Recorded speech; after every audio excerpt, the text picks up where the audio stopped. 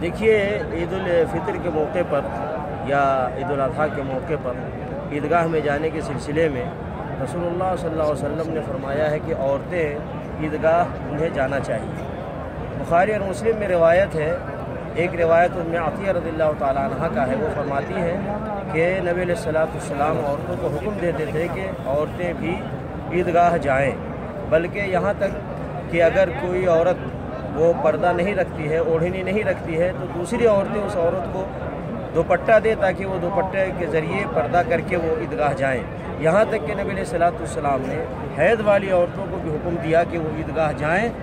वो नमाज नहीं पढ़ेंगी, लेकिन मुसलमानों की नमाज ईदगाह में रहेंगी और दुआओं में शरीक होंगी। और इसी तरीके से एक रिवायत जाबिर रज़ियल्लाहु ताला अन्हु की है। नबी अलैहिस्सलातु वस्सलाम के बारे में कहते हैं कि नबी सल्लल्लाहु अलैहि वसल्लम ने खुतबा दिया और ख़ुतबा देने के बाद फिर औरतों में गए और औरतों में जाकर के खुतबा दिया ईद उल फितर के मौके पर। तो इस तरीके से ये बुखारी और मुस्लिम की रिवायतें हैं, जिससे पता चलता है कि औरतों को ईदगाह जाना चाहिए, बल्कि हुक्म दिया गया कि औरतें ईदगाह जाएं।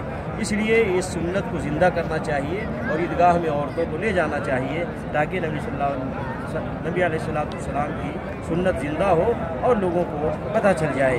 जो लोग औरतों को ईदगाह जाने से मना करते हैं या ले जाने से रोकते हैं, ये गलत करते हैं, नबी अलैहिस्सलातु वस्सलाम की सुन्नत की मुखालफत करते हैं और औरतों को भी नबी सल्लल्लाहु अलैहि वसल्लम की सुन्नत पर अमल करने से ये मना करते हैं और रोकते हैं, जो गुनाह का काम है। और ताज्जुब ये होता है कि लोग औरतों को ईद की सारी चीज़ें ख़रीदने के लिए मार्केट भेजते हैं, दुकानों पे भेजते हैं, बाज़ारों में भेजते हैं और औरतें ख़ुद अपना सामान ख़रीदती हैं, लेकिन जब ईद की नमाज का वक्त आता है तो औरतों को ईदगाह में जाने से मना करते हैं और कहते हैं औरतें ईदगाह नहीं जाएंगी। ये सरासर रसूलुल्लाह सल्लल्लाहु अलैहि वसल्लम की सुन्नत के ख़िलाफ़ है।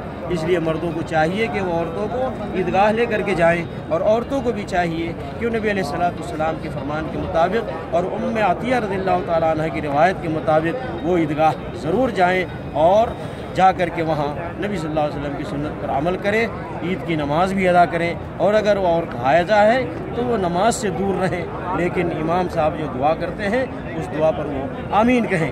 मैं मस्जिद नबी सल्लल्लाहु अलैहि वसल्लम से ये पैगाम आप लोगों तक पहुँचा रहा हूँ। इसी मदीने से नबी अलैहिस्सलातु वस्सलाम ने ये तालीम दिया है। इसलिए मुसलमानों को हर मसले में नबी सल्लल्लाहु अलैहि वसल्लम की सुन्नत पर चलना चाहिए, चाहे वो औरत हो या मर्द।